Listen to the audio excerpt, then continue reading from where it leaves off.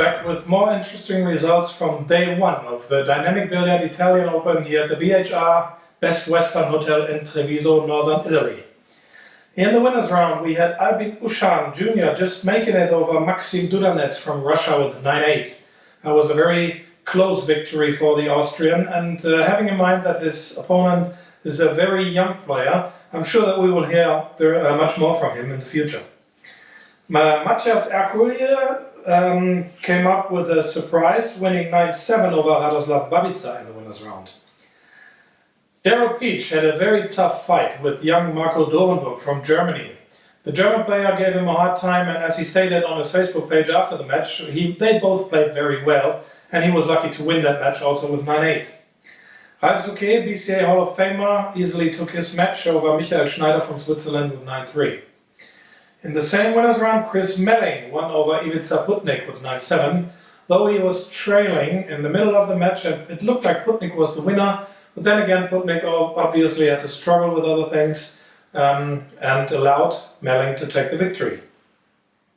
Daniele Corrieri, the Italian player that stirred up most excitement in the last tournaments, made his way with 9-5 over Mateusz Stefanczyk from Poland with 9-5, as I said.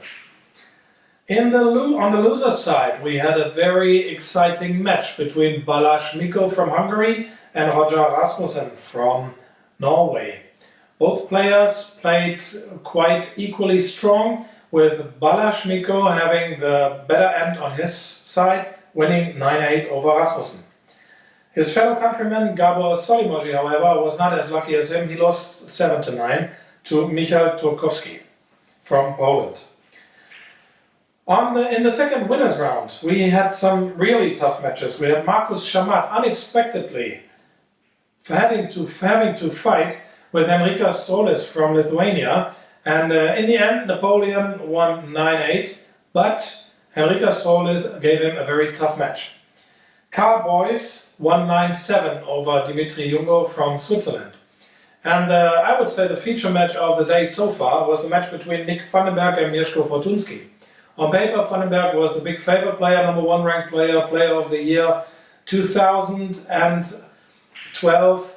So everything was looking good for current European champion, so everything was good for Nick Vandenberg, but Mieszko Fortunski gave him a hard time, and the score came to 8-8, and then again Nick Vandenberg had a good chance of running out, but then he overcut the 6-ball into the side pocket and left a possible but also not easy shot for Fortunski. And guess what? As drama unfolded, Fortunski also missed the 6-ball, but he was lucky hiding the cue ball behind some object balls. Vandenberg tried to hit the object ball over some rails. He did hit the correct ball, the 6-ball, but then he had no rail, so it counted as a foul, and he allowed Fortunski to run the rest with ball in hand, winning the match 9-8, sending number one ranked player Nick Vandenberg to the loser side.